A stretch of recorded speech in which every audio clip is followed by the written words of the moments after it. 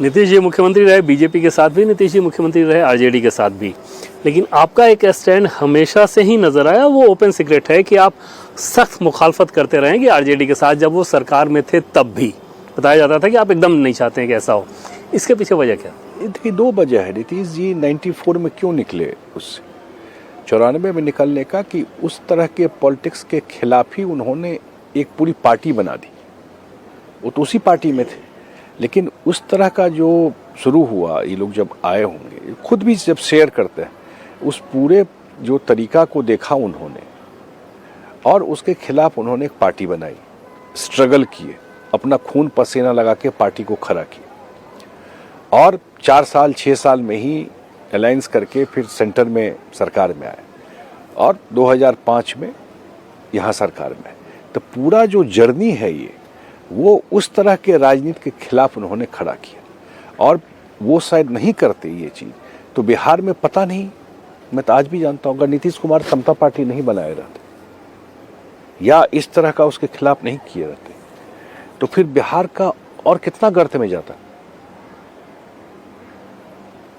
अगर नीतीश कुमार ये लड़ाई नहीं लड़ते तो ये उनका क्रिएट किया हुआ है। आज जो बिहार बचा, अगर बचा उसके बाद तो अगर वो चीज़ नहीं किए रहते तो बिहार किस स्टेज में जाता।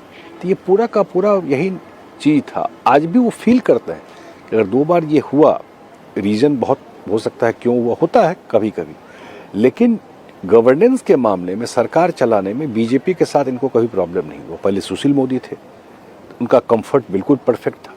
वर्किंग जो भी लोग जानते हैं, नीतीश से पर्सनली भी पूछिएगा तो बिल्कुल कभी कोई समस्या नहीं हुई। इसका मतलब ये नहीं कि उनको रिस्पेक्ट नहीं देते थे या बात नहीं करते थे, लेकिन एक कॉमन अंडरस्टैंडिंग बिहार के इंटरेस्ट में अगर बदलाव हुआ तो बीजेपी भी तो साथ थी 2005 से। लेकिन इन लोगों के साथ जब भी काम करने आए, उन लोगों का वो है ही नहीं स्वभाव, तो वो इनको ओवरऑल वर्किंग में तो डेफिनेटली ये इशू होता था। इंडिविजुअल 1-2 आदमी सही भी होंगे, लेकिन वो लॉट ऐसा है। बिहार में अगर बात करें तो विधानसभा चुनाव में जेडीयू हमेशा बिग ब्रदर के तौर पे सीटों लड़ने के मामले में रही है।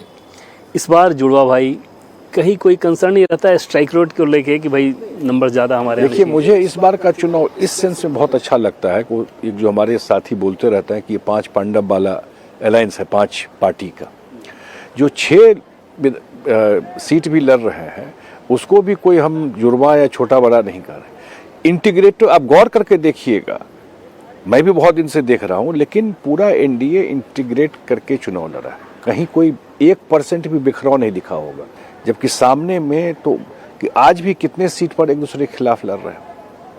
अंत तक बिखराव था, क्योंकि कोई बिहार का कोई भला करना हो वो उद्देश्य नहीं था।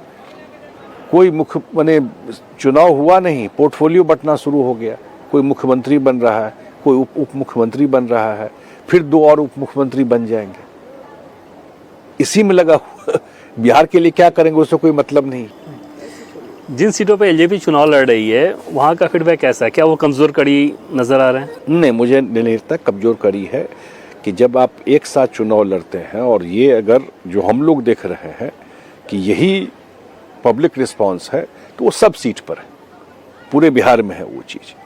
हाँ, कोई इंडिविजुअल सीट पर हमारे पर है या किसी और पर लोकलाइज फैक्टर से कहीं कोई चीज़ प्ले हो जाए, लेकिन लार्जली पूरे स्टेट में एक ही फीलिंग हम लोग देख रहे हैं। अगर 14 तारीख को नतीजे एनडीए के पक्ष में आते हैं तो सीटें जितनी भी रहें जेडीयू या बीजेपी की, जिसकी भी ज़्यादा रहें, ये तय है कि मुख्यमंत्री नीतीश कुमार ही होंगे। तो ऑब्वियस है ना, नीतीश जी के जो बार बार हम लोग इस चीज़ को बोल रहे हैं या जो हमारे एलआई हैं वो भी बोल रहे हैं, नीतीश जी के लीडरशिप में 2025 का हम लोग चुनाव लड़ रहे हैं। उनके काम पर हम लोग लड़ रहे हैं, उनके फेस पे हम लोग चुनाव लड़ रहे हैं। और इस अलायंस के सिर्फ जेडीयू के नहीं, पूरे एनडीए के लीडर हैं वो बिहार में, तो ऑब्वियसली उसके बाद वही मुख्यमंत्री बने। एक पोस्टर पटना में देखा मैंने, 25 से 30 फिर से नीतीश। वही रहना है, वही रहेगा। जनता ने उस पर मोहर लगा दिया। अब आखिर में एक सवाल पूछ लूँ मैं आपसे कि दूसरे फेज की जहाँ जहाँ चुनाव हो रहे हैं और पहले फेज में जहाँ हो गए, स्ट्रॉन्ग पॉकेट्स के हिसाब से जेडीयू कौन सी पॉकेट्स मान रही है कि ये ज़िला हमारे लिए स्ट्रॉन्ग थे और कहाँ चिंता की लकीरें नजर आ रही? नहीं, लास्ट टाइम भी कुछ एरिया ऐसा था जहाँ हम लोग अच्छा परफॉर्म, लोकसभा में भी हम लोग को दिखाई पड़ा। अब पूरा मिथिला कोसी एरिया हम लोग का बड़ा स्ट्रॉन्ग एरिया है, लेकिन कुछ एरिया में जरूर चैलेंजेस रहे हैं 2020 में भी 24 में भी।